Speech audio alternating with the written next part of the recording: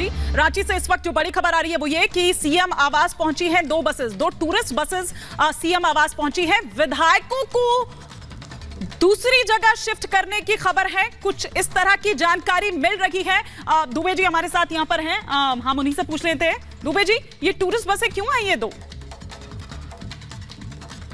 ये देखिए तस्वीरें हम दिखा भी रहे हैं, ये आपको दिखा रहे हैं हम, ये ट्रैवलर बसेस जो हैं ये इस वक्त भीतर जाती हुई। दुबे जी, आप बेहतर तरीके से बता पाएंगे कि क्यों ये बसेस यहां बुलाई गई हैं? ये कहा जा रहा है कि विधायकों को शिफ्ट करने की तैयारी है दूसरी जगह, ऐसा क्यों?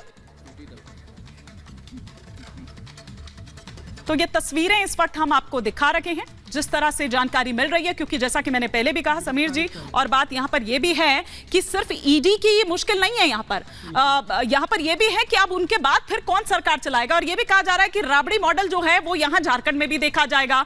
तो वो कल्पना सोरेन को हमने कल देखा भी था, फिर यह भी था कि उस बैठक में वो नाम अनाउंस हो सकता है, वो नाम अनाउंस नहीं हुआ या शायद पहले ही आपत्ति दर्ज करा ली गई, फिर उसके बाद चंपई सोरेन एक नाम निकल कर आता है। क्या आप देख रहे हैं यहां पर अब आगे? देखिए, मुझे लगता है कि हेमंत सोरेन की गिरफ्तारी तय है और हेमंत सोरेन जानते हैं इस बात को कि वो गिरफ्तार होने वाले हैं। सरकार को बहुमत प्रूफ रोड में करना पड़ेगा अगर कोई नया मुख्यमंत्री बनता है। हेमंत सोरेन की वाइफ कल्पना सोरेन विधायक नहीं है, नंबर 1। नंबर 2, वो आदिवासी भी नहीं है, इसलिए जो गोंडई सीट से विधायक ने इस्तीफा दिया था 30 दिसंबर को, वो एक नॉर्मल सीट थी और इसलिए दिया गया था कि जरूरत पड़ने पे कल्पना सोरेन वहां से चुनाव लड़ सकती है। लेकिन अब एक साल से कम का समय बचा हुआ है और इस मामले में सुप्रीम कोर्ट का जजमेंट आ चुका है BL कपूर बनाम जयललिता के मामले में कि अगर 1 साल से कम समय बचा हो तो गैर विधायक मुख्यमंत्री नहीं बन सकता है। तो मुझे लगता है कि ऐसी स्थिति में कल्पना सोरेन का मुख्यमंत्री बनना संभव नहीं है। तो मुझे लगता है विधायकों को शिफ्ट करेंगे। कल 4 विधायक बैठक में अंदर नहीं आए थे JMM के। सीता सोरेन नहीं आई थी जो कल्पना सोरेन की भाभी है, उनके बड़े भाई की वाइफ है, वो नहीं आई थी। इसके अलावा रामदास सोरेन नहीं आए थे। इसके अलावा लिंडा करके एक विधायक वो नहीं आए थे और एक और विधायक, 4 विधायक कल बैठक में नहीं थे। मुझे ऐसा लगता है इसके अलावा 3 कांग्रेस के विधायकों ने भी नाराजगी जाहिर की है। इस बात की पूरी संभावना है कि यह सरकार बहुमत प्रूव नहीं कर सकती। पार्टी के अंदर असंतोष है। शिबू सोरेन के दूसरे बेटे वसंत सोरेन कह रहे कि मैं मुख्यमंत्री बन सकता हूं।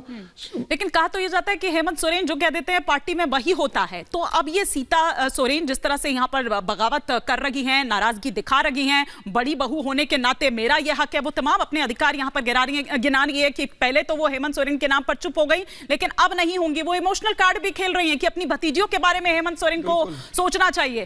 फिर ऐसे में क्या देखें, क्या सीता सोरेन की बात कहें या फिर ये वसंत सोरेन की ये जो नाराजगी है, क्या ये पार्टी तोड़ सकती है? क्या हो सकता है, मैं थोड़ा सा ये समझना चाहूंगी। और चंपई सोरेन का जब नाम सामने आ रहा है, पहली महिला मुख्यमंत्री बनने जा रही है, मिल रही है, तो मुझे लगता है कि सीता सोरेन में क्या दिक्कत है? शिबू सोरेन की बड़ी बहू है, दुर्गा सोरेन की पत्नी रही है। शिबू सोरेन के साथ दुर्गा सोरेन ने झारखंड मुक्ति मोर्चा को संगठित करने में बड़ी भूमिका निभाई थी। अगर परिवार में ही देना है तो हेमंत सोरेन अपनी भाभी को बना दे, उनको नहीं बनाना तो अपने भाई बसंत सोरेन को बना दे। अपनी पत्नी के लिए वो क्या रहे? यही परिवारवाद है ना। मैं बनूंगा तो नहीं तो मेरी पत्नी बनेगी। किसको देना है? प्रश्न ये उठता है कि ऐसा काम क्यों हो रहा है? कौन सा लोटस ऑपरेशन चलाने की तैयारी कर रही है भाजपा? अच्छा। ईडी की आड़ के अंदर जहां पर वो एक अक्षाशेप के अंदर सरकार पे भी नजर गड़ा के बैठी है। कौन से प्रशासन तंत्र के साथ ऐसा हवाला बनाया जा रहा है कि भाजपा की नजर सरकार के ऊपर भी है? इसके ऊपर मेरे मित्र जवाब नहीं दे रहे हैं, ये तो एडवाइस कर रहे हैं। लेकिन अगर एक स्थिर सरकार है और चल रही थी, कार्रवाई हो रही है, तो उसके ऊपर इस तरह का हस्तक्षेप आज देश के लोकतंत्र में से क्यों खड़ा हो जाता है? क्यों कर रहे हैं सिद्धार्थ यादव जी? जो पटना में किया आपने वही झारखंड में आपकी चंडीगढ़ में किया, ये पूछ लीजिए। चंडीगढ़ में तो वीडियो में है, सबकी टीस जो है वो निकल कर आ रही है। लेकिन उधर हेमंत सोरेन और उनकी पार्टी आदिवासी कार्ड भी खेल रही है। वो आदिवासी, वो अस्मिता वाला जो कार्ड है, और ये कहा जा रहा है अपमान कर रहे हैं आप लोग।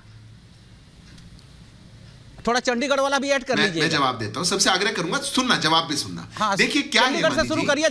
कोई भी इस देश में कानून से ऊपर नहीं है, ये बात बड़ी तय होनी चाहिए। और कोई भी मुख्यमंत्री हो, कहीं का भी कोई व्यक्ति हो, राजा महाराजा हो, कोई भी हो, वो कानूनी प्रक्रिया या देश के संविधान, देश के कानून से ऊपर अपने आप को उसको नहीं मानना चाहिए। और अगर ऐसे में किसी एक मुख्यमंत्री पर अगर ऐसे आरोप लगते हैं और उन पर जांच की जा रही है, ये ऑपरेशन लोटस नहीं है। अरे वो हटा करके अपनी पत्नी को ही बनाना चाह रहे हैं, वो तो अलग बात है। वो भाई बनेगा, कौन बनेगा, रहेगा तो परिवार में, क्योंकि है तो परिवारवादी पार्टी। पर उसको छोड़ करके भी मुख्यमंत्री पर अगर सवाल उठेंगे, बोले हम तो आदिवासी हैं, उसकी अस्मिता है। मैं जहां तक बताता हूं हिमानी जी, इस देश का आदिवासी वर्ग भागने वालों में से नहीं है। वो 10-10 समन का इंतजार करके बैठता नहीं है, छुपता नहीं है। वो तो सामने इस देश के लिए लड़ता है, आता है आगे। और यही काम करना चाहिए था हेमंत सोरेन जी को, उनको भी आना चाहिए था। मध्य प्रदेश का आदिवासियों की कहानी याद है आपके बीजेपी नेता ने क्या किया था?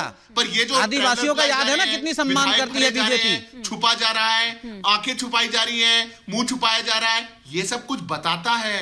कहानी बहुत बड़ी है, पता उनको भी अंदर से। कल चंडीगढ़ में क्या हुआ? चंडीगढ़ में क्या हुआ? सारे वही हैं, पुराने वाले, किसी की तिजोरियों से निकल रहा है, किसी की जेबों से गिर रहा है। लालच में है या ईडी के प्रेशर के अंदर कार्रवाई करनी चाहिए, ये बताइए आप। कोई मेहरबानी नहीं करनी चाहिए।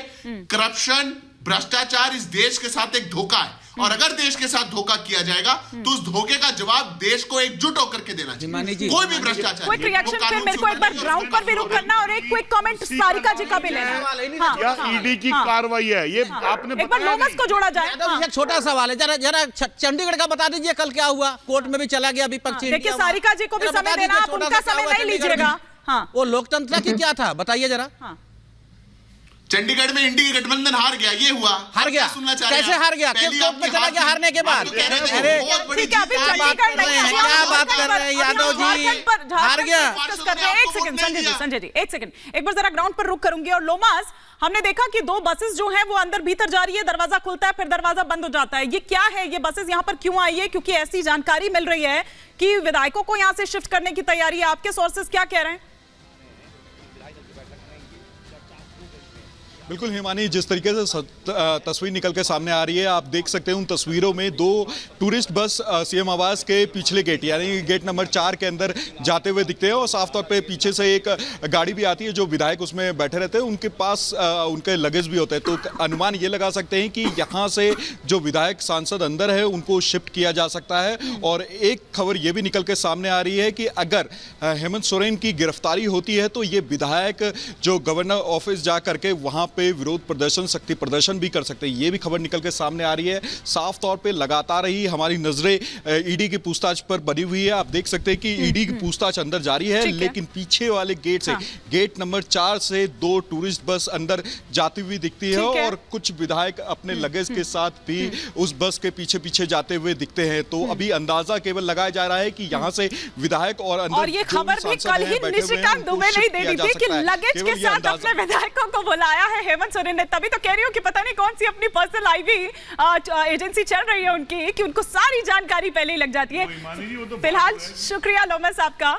क्या कह रहे हैं चंद्रमोहन जी? वाइंड अप करना है मुझे। हाँ, तो बहाना है, सत्ता हथियाना है, सिर्फ भाजपा का एक ही बड़ा आरोप यहाँ पर। लेकिन माफी मैं सारिका जी से मांगूंगी क्योंकि मैं उनको उतना समय नहीं दे पाई। आप देखिए सारिका जी का समय भी ले गए और फिर अभी और समय मांग रहे हैं। अब इतना ही सर, बहुत शुक्रिया आप सभी का हमारे साथ जुड़ने के लिए। आज के सफर में फिलहाल इतना ही, रुकेंगे एक ब्रेक के लिए।